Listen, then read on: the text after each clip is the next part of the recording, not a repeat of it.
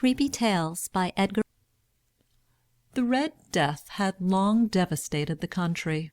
No pestilence had ever been so fatal or so hideous. Blood was its avatar and its seal, the redness and the horror of blood. There were sharp pains and sudden dizziness, and then profuse bleeding at the pores, with dissolution. The scarlet stains upon the body, and especially upon the face of the victim, were the pest ban which shut him out from the aid and from the sympathy of his fellow men. And the whole seizure, progress, and termination of the disease were the incidents of half an hour. But the Prince Prospero was happy and dauntless and sagacious. When his dominions were half depopulated, he summoned to his presence 1,000 hale and light-hearted friends from among the knights and dames of his court, and with these retired to the deep seclusion of one of his castellated abbeys. This was an extensive and magnificent structure, the creation of the prince's own eccentric yet august taste. A strong and lofty wall girdled it in. This wall had gates of iron. The courtiers, having entered, brought furnaces and massy hammers and welded the bolts. They resolved to leave means neither of ingress or egress to the sudden impulses of despair or of frenzy from within. The abbey was amply provisioned. With such precautions the courtiers might bid defiance to contagion. The external world could take care of itself. In the meantime it was folly to grieve, or to think. The prince had provided all the appliances of pleasure. There were buffoons, there were improvisatori, there were ballet dancers, there were musicians, there was beauty, there was wine. All these and security were within. Without was the Red Death. It was toward the close of the 5th or 6th month of his seclusion, and while the pestilence raged most furiously abroad, that the Prince Prospero entertained his 1,000 friends at a masked ball of the most unusual magnificence. It was a voluptuous scene, that masquerade. But first let me tell you of the rooms in which it was held. There were 7, an imperial suite. In many palaces, however, such suites form a long and straight vista, while the folding doors slide back nearly to the walls on either hand, so that the view of the whole extent is scarcely impeded. Here the case was very different, as might have been expected from the duke's love of the bizarre. The apartments were so irregularly disposed that the vision embraced but little more than one at a time. There was a sharp turn at every 20 or 30 yards, and at each turn a novel effect. To the right and left, in the middle of each wall, a tall and narrow Gothic window looked out upon a closed corridor which pursued the windings of the suite. These windows were of stained glass, whose color varied in accordance with the prevailing hue of the decorations of the chamber into which it opened. That at the eastern extremity was hung, for example, in blue, and vividly blue were its windows. The second chamber was purple in its ornaments and tapestries, and here the panes were purple. The third was green throughout, and so were the casements. The fourth was furnished and lighted with orange, the fifth with white, the 6th with violet. The 7th apartment was closely shrouded in black velvet tapestries that hung all over the ceiling and down the walls, falling in heavy folds upon a carpet of the same material and hue. But in this chamber only, the color of the windows failed to correspond with the decorations. The panes here were scarlet, a deep blood color. Now in no one of the 7 apartments was there any lamp or candelabrum, amid the profusion of golden ornaments that lay scattered to and fro, or depended from the roof. There was no light of any kind emanating from lamp or candle within the suite of chambers. But in the corridors that followed the suite there stood, opposite to each window, a heavy tripod, bearing a brazier of fire that projected its rays through the tinted glass and so glaringly illumined the room. And thus were produced a multitude of gaudy and fantastic appearances. But in the western or black chamber, the effect of the firelight that streamed upon the dark hangings through the blood-tinted panes was ghastly in the extreme, and produced so wild a look upon the countenances of those who entered, that there were few of the company bold enough to set foot within its precincts at all. It was in this apartment, also, that there stood against the western wall a gigantic clock of ebony. Its pendulum swung to and fro with a dull, heavy, monotonous clang. And when the minute hand made the circuit of the face, and the hour was to be stricken, there came from the brazen lungs of the clock a sound which was clear and loud and deep and exceedingly musical, but of so peculiar a note and emphasis that at each lapse of an hour the musicians of the orchestra were constrained to pause, momentarily, in their performance, to hearken to the sound. And thus the waltzers perforce ceased their evolutions, and there was a brief disconcert of the whole gay company. And while the chimes of the clock yet rang, it was observed that the giddiest grew pale, and the more aged and sedate passed their hands over their brows as if in confused reverie or meditation. But when the echoes had fully ceased, a light laughter at once pervaded the assembly. The musicians looked at each other and smiled as if at their own nervousness and folly, and made whispering vows, each to the other, that the next chiming of the clock should produce in them no similar emotion.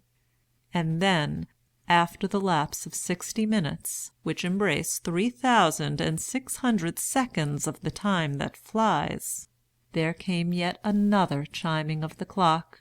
And then were the same disconcert and tremulousness and meditation as before. But in spite of these things, it was a gay and magnificent revel. The tastes of the Duke were peculiar. He had a fine eye for colours and effects. He disregarded the decora of mere fashion. His plans were bold and fiery, and his conceptions glowed with barbaric lustre. There are some who would have thought him mad. His followers felt that he was not. It was necessary to hear and see and touch him to be sure that he was not. He had directed in great part the movable embellishments of the 7 chambers upon occasion of this great fête, and it was his own guiding taste which had given character to the masqueraders. Be sure they were grotesque. There were much glare and glitter and piquancy and phantasm, much of what has been seen in Hernani. There were arabesque figures with unsuited limbs and appointments. There were delirious fancies, such as the madman fashions. There was much of the beautiful, much of the wanton, much of the bizarre, something of the terrible, and not a little of that which might have excited disgust. To and fro in the 7 chambers there stalked, in fact, a multitude of dreams, and these, the dreams, writhed in and about, taking hue from the rooms, and causing the wild music of the orchestra to seem as the echo of their steps. And anon, there strikes the ebony clock which stands in the hall of the velvet, and then for a moment all is still, and all is silent save the voice of the clock. The dreams are stiff frozen as they stand, but the echoes of the chime die away. They have endured but an instant, and a light half-subdued laughter floats after them as they depart. And now again the music swells, and the dreams live, and writhe to and fro more merrily than ever, taking hue from the many-tinted windows through which stream the rays from the tripods.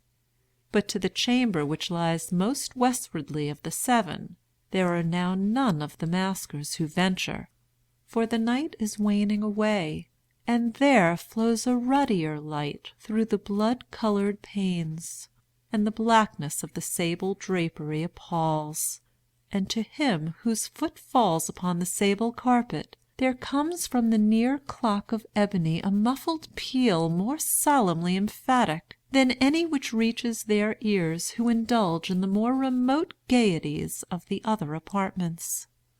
But these other apartments were densely crowded, and in them beat feverishly the heart of life, and the revel went whirlingly on until at length there commenced the sounding of midnight upon the clock, and then the music ceased, as I have told, and the evolutions of the waltzers were quieted, and there was an uneasy cessation of all things as before. But now there were 12 strokes to be sounded by the bell of the clock, and thus it happened, perhaps, that more of thought crept, with more of time, into the meditations of the thoughtful among those who revelled. And thus too it happened, perhaps, that before the last echoes of the last chime had utterly sunk into silence, there were many individuals in the crowd who had found leisure to become aware of the presence of a masked figure which had arrested the attention of no single individual before. And the rumor of this new presence having spread itself whisperingly around, there arose at length from the whole company a buzz or murmur expressive of disapprobation and surprise, then finally of terror, of horror, and of disgust. In an assembly of phantasms such as I have painted, it may well be supposed that no ordinary appearance could have excited such sensation. In truth, the masquerade license of the night was nearly unlimited, but the figure in question had out-Heroded Herod, and had gone beyond the bounds of even the prince's indefinite decorum. There are chords in the hearts of the most reckless which cannot be touched without emotion. Even with the utterly lost, to whom life and death are equally jests, there are matters of which no jest can be made. The whole company, indeed, seemed now deeply to feel that in the costume and bearing of the stranger neither wit nor propriety existed.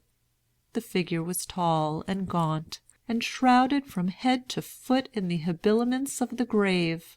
The mask which concealed the visage was made so nearly to resemble the countenance of a stiffened corpse, that the closest scrutiny must have had difficulty in detecting the cheat. And yet all this might have been endured, if not approved, by the mad revellers around. But the mummer had gone so far as to assume the type of the Red Death. His vesture was dabbled in blood, and his broad brow, with all the features of the face, was besprinkled with the scarlet horror.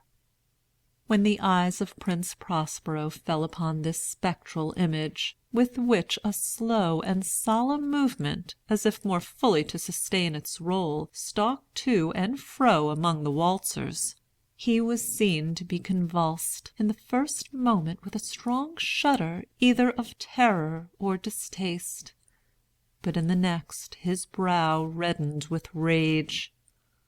"Who dares?" he demanded hoarsely of the courtiers who stood near him. "Who dares insult us with this blasphemous mockery? Seize him and unmask him, that we may know whom we have to hang at sunrise, from the battlements." It was in the eastern or blue chamber in which stood the Prince Prospero as he uttered these words. They rang throughout the 7 rooms loudly and clearly, for the prince was a bold and robust man, and the music had become hushed at the waving of his hand. It was in the blue room where stood the prince, with a group of pale courtiers by his side. At first, as he spoke, there was a slight rushing movement of this group in the direction of the intruder, who at the moment was also near at hand, and now, with deliberate and stately step, made closer approach to the speaker. but from a certain nameless awe with which the mad assumptions of the mummer had inspired the whole party, there were found none who put forth hand to seize him; so that, unimpeded, he passed within a yard of the prince's person, and, while the vast assembly, as if with one impulse, shrank from the centres of the rooms to the walls, he made his way uninterruptedly, but with the same solemn and measured step which had disguised him from the first, through the blue chamber to the purple, through the purple to the green, through the green to the orange, through this again to the white, and even thence to the violet, ere a decided movement had been made to arrest him.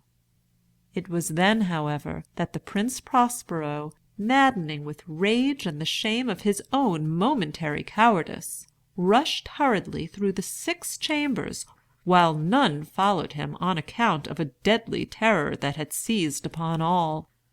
He bore aloft a drawn dagger, and had approached, in rapid impetuosity, to within 3 or 4 feet of the retreating figure, when the latter, having attained the extremity of the velvet apartment, turned suddenly and confronted his pursuer.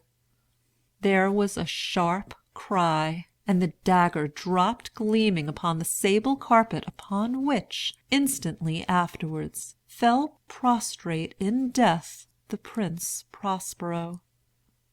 Then, summoning the wild courage of despair, a throng of the revellers at once threw themselves into the black apartment, and seizing the mummer, whose tall figure stood erect and motionless within the shadow of the ebony clock, gasped in unutterable horror at finding the grave cerements and corpse-like mask, which they handled with so violent a rudeness, untenanted by any tangible form. And now was acknowledged the presence of the Red Death. He had come like a thief in the night, and one by one dropped the revellers in the blood-bedewed halls of their revel, and died each in the despairing posture of his fall. And the life of the ebony clock went out with that of the last of the gay, and the flames of the tripods expired, and darkness and decay and the Red Death held illimitable dominion over all.